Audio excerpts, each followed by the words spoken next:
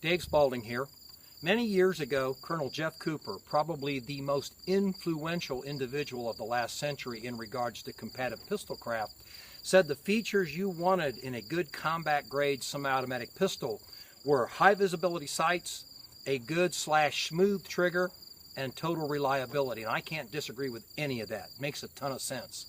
The only thing that I would add to his trifecta was fit.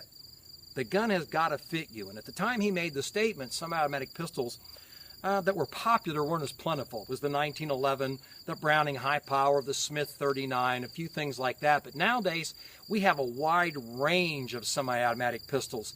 So getting something that fits you is incredibly important.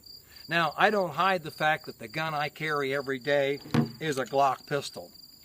And this one is my handgun combatives package as designed or basically built by Bob Mazzaris from Templar Custom Arms.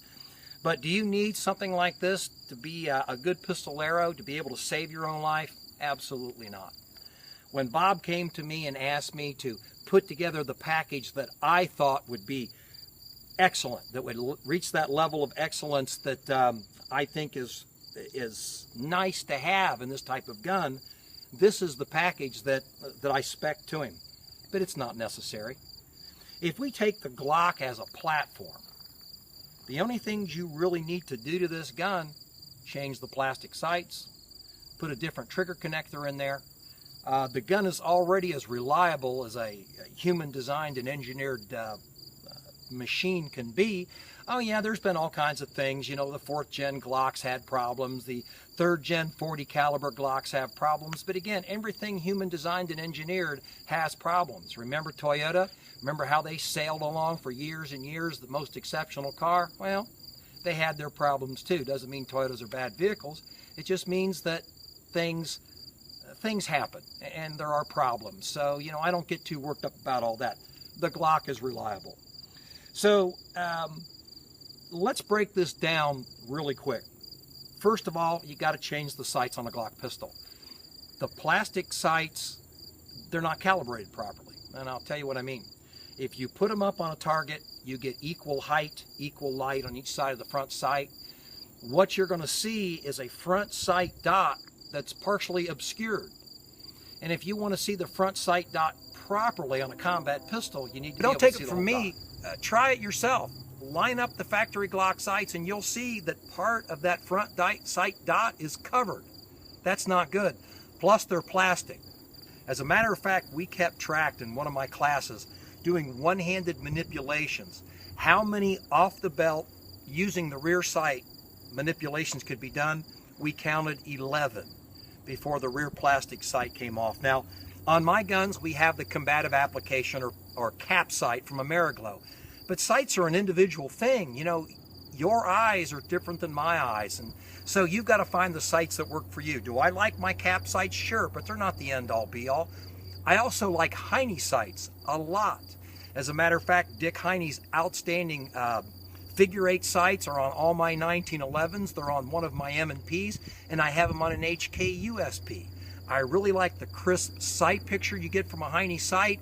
The serrations, they seem to be just the right width, and they really do reduce glare. Now, everybody thinks all serrated rear sights reduce glare. That's not the case. I've had some serrated rear sights that have actually enhanced the glare depending on the light. But I like Dick Heine's sights, the Trijicon HD sights, the large round front Luminova sights.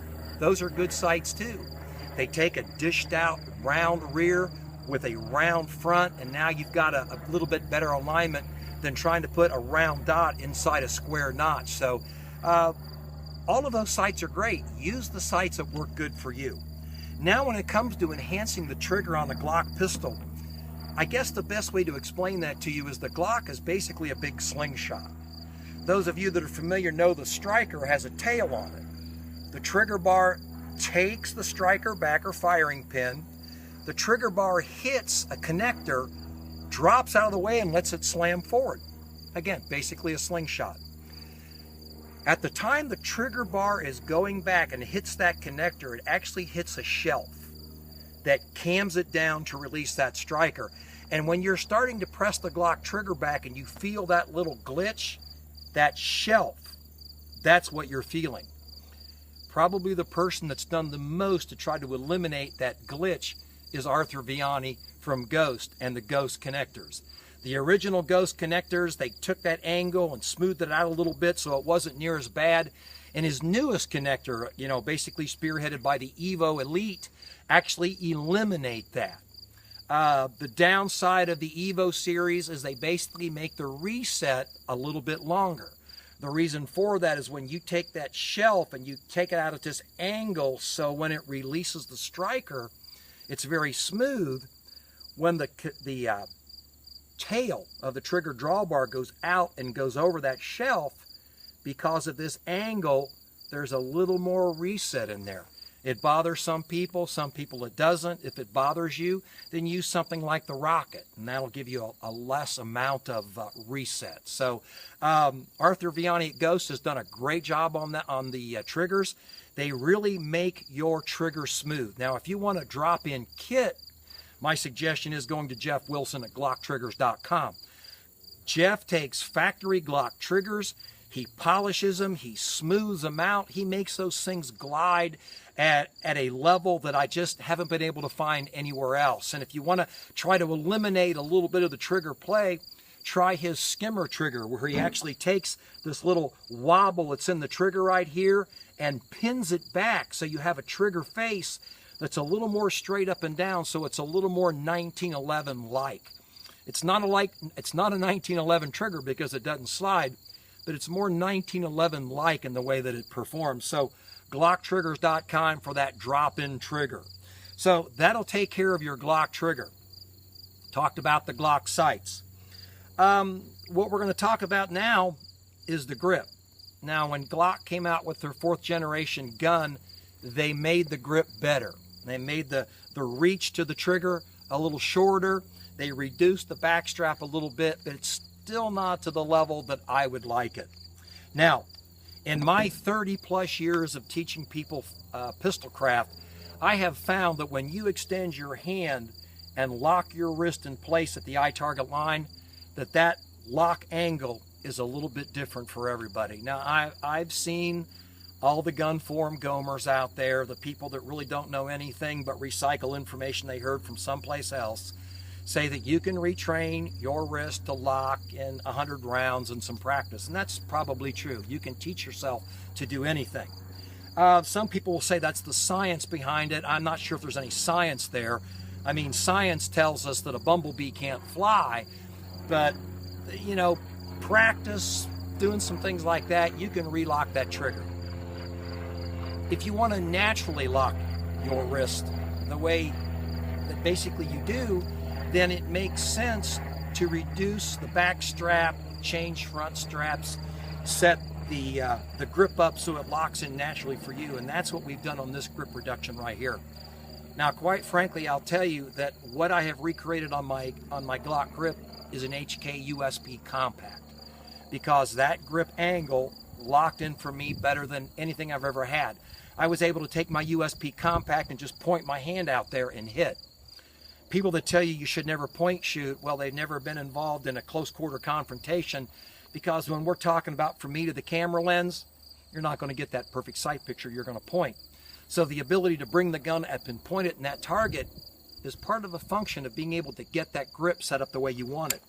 And again, my case, the grip angle, I come up, eye target line, I'm right on target. So you can find that out. The Glock grip allows you to reduce contour almost like an Olympic pistol. You can set this thing up so it points just the way you want. So as far as the Glock goes, I think it may be as close to combat perfection that we can get out of the box. But perfection is one of those things that's kind of in the eyes of the beholder. And the fact of the matter is that you can make the Glock more perfect. Get good sights, fix the trigger so it's nice and smooth, get the grip so it points well for you so you can naturally lock in, and the reliability, it's already there. So think about this. I hope this helped you out when it comes to choosing your combative pistol. But it's like Clint Smith said, if you're going to have one, you might as well have a nice one.